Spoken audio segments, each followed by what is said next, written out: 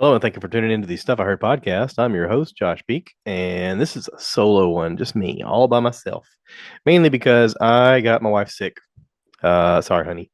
So I've been under the weather ever since, I guess, Christmas time. And of course, that's the time you're hugging necks and kissing babies and all that fun stuff. And I had gotten a little bit of a sinus infection, and I thought, okay, this is gonna suck, and I just got to get over it. And I did. I got over it, or so I thought. I was feeling better, and then we went to visit family and got it again. And then, yeah, it's just been rough, rough. Lots of coughing, lots of mucus, lots of fun stuff, lots of stuff that you enjoy on a podcast. But yeah, it's kind of wiped us out. This is a little bit of this going around with everybody I talk to. Um, and I don't know if it's something in the air, if it's, just that time of the year or what, but yeah, it's kind of rough. So, anywho, I'm going to struggle through this just for you guys. I want to talk about stuff I heard. Okay. So, you guys know California's on fire. Oh, no. Texas is getting snow. Oklahoma's getting snow. We almost got snow. That was kind of crazy. I was looking forward to seeing some snow. But it didn't really happen here. We had some risk of it, and then we got out of town to go visit some friends for Lori's birthday, and we just never saw it. So, hope everybody who did get snow made it through safely, and there was no big deal, and everybody was just like, "Oh, look, pretty snow," and then that was it. Because really, I mean, that's what you want, right? You want to be able to see it, play in it a little bit, and then go, "Okay, move on. That's enough." Um, this is the what I call the Goldilocks area. It's not too hot, not too cold, just right. It gets cold enough for us to go, man, I wish it would warm up a little bit. And then it gets warm enough where you're like, man, I wish it would cool off a little bit. But it's not too bad.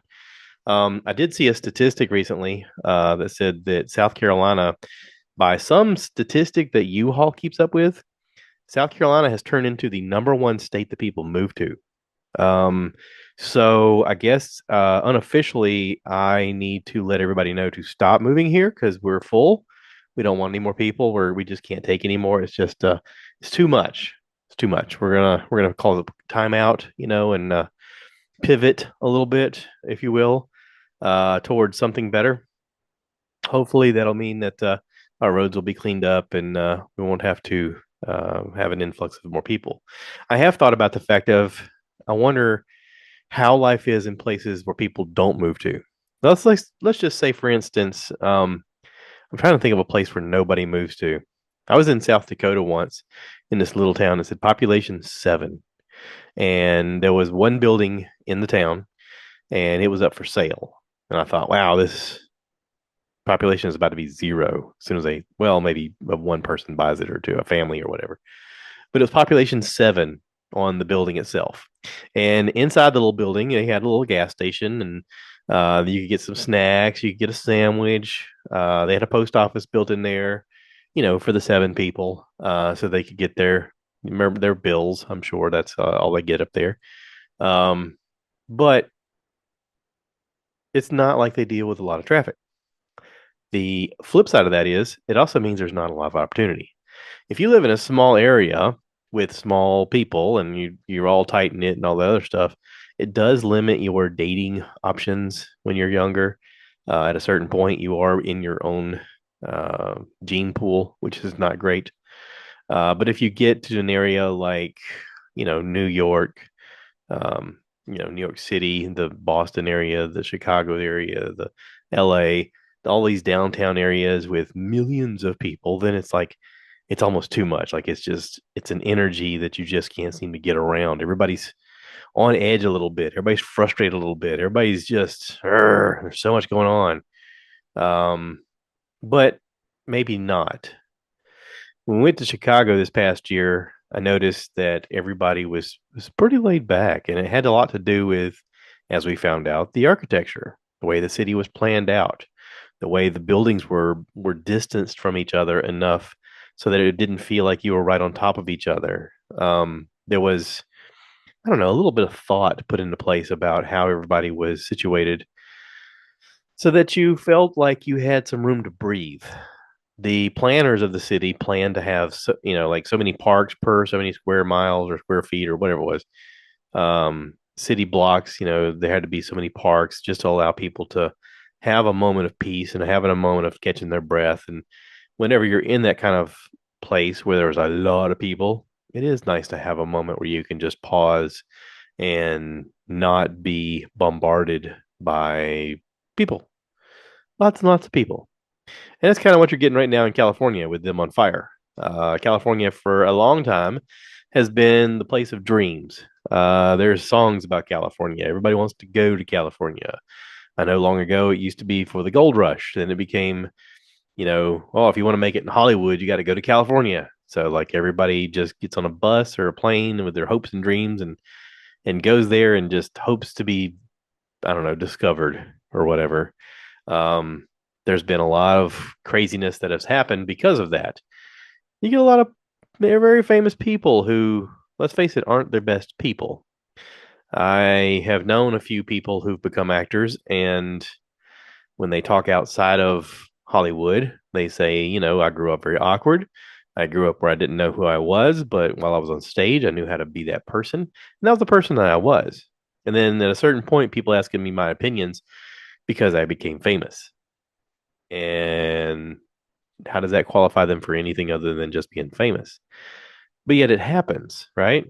I mean, this past election we saw where, we were looking to see how celebrities weighed in on who they were going to vote for, or Taylor Swift for that reason. Well, who's she going to vote for? We should all vote the way she tells us to.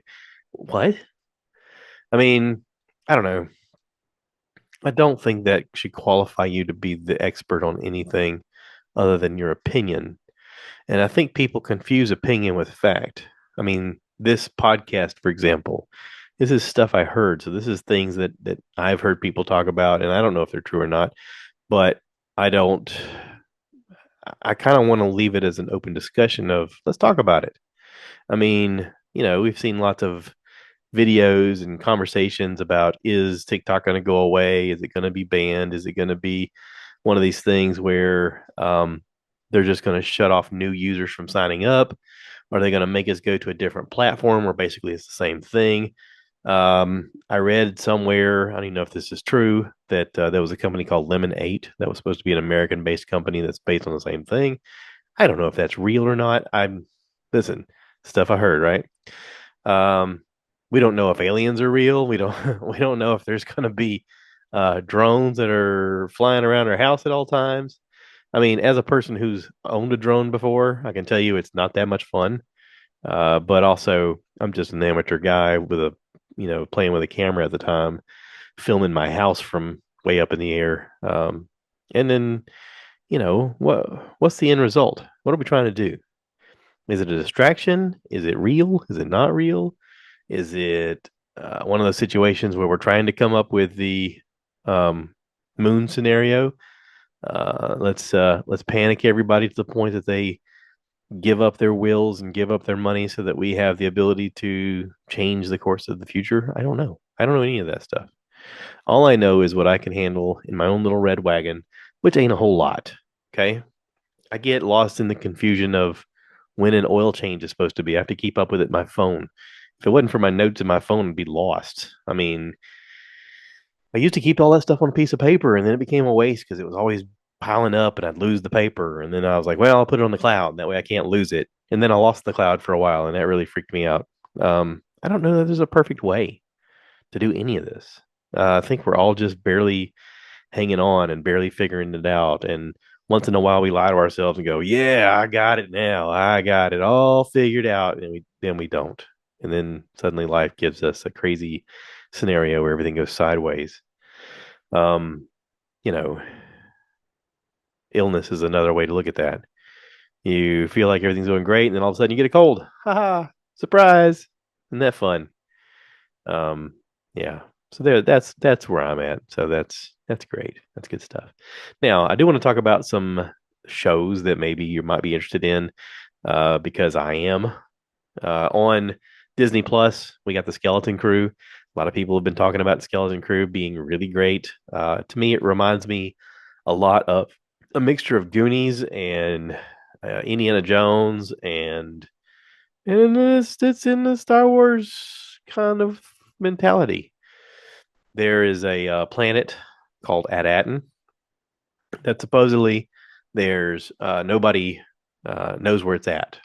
These kids happen upon a ship and accidentally launch themselves into outer space. Turns out the ship is a pirate ship. There's a uh, robot on board, SM-33, which if you write it down and think the way my brain thinks, that spells me.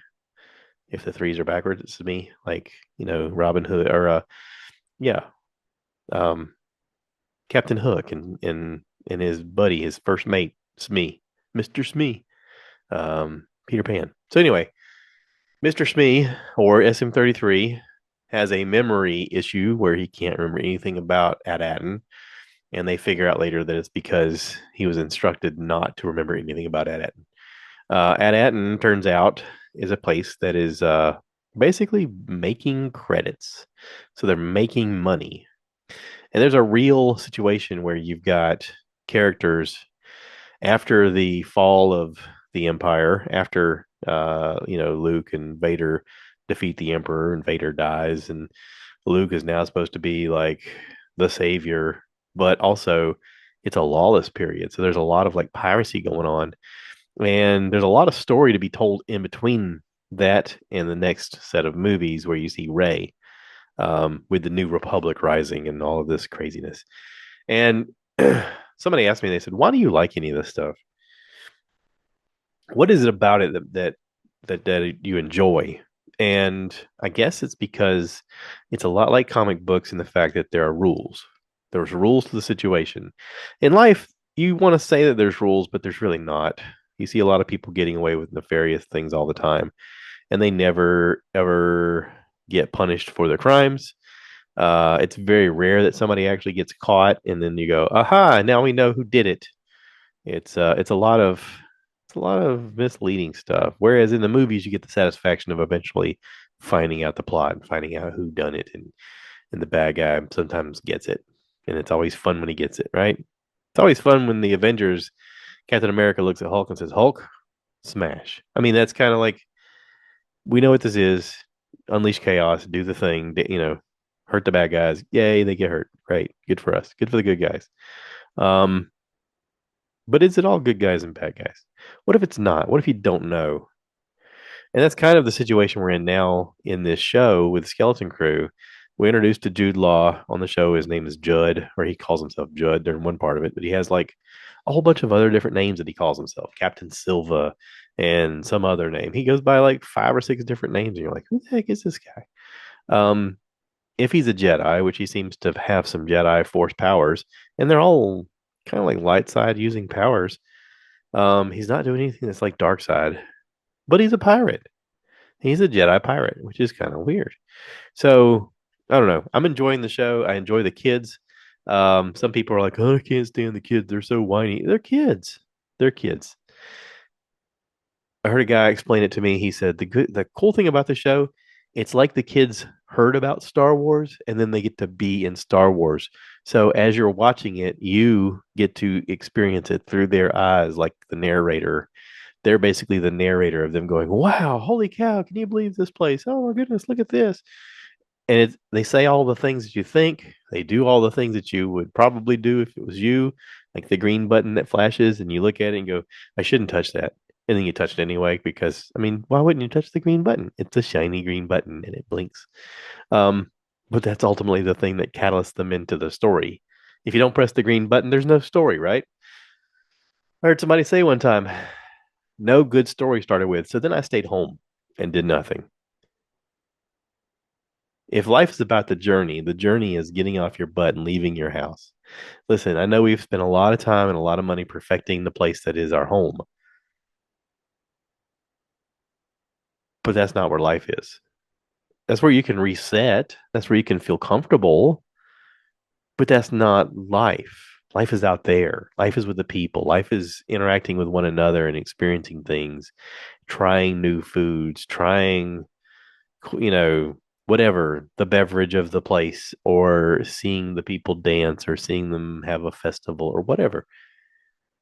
That's life. That's the thing that actually gives you the tapestry in your mind of what is really great about life. It's experience and experiencing things with other people. This weekend we got to go to Myrtle Beach, and it was Lori Shaw's birthday. We got some pizza, some really good pizza from Gino's, Gino, Gino's New York style pizza. It's in North Myrtle Beach. It's really great.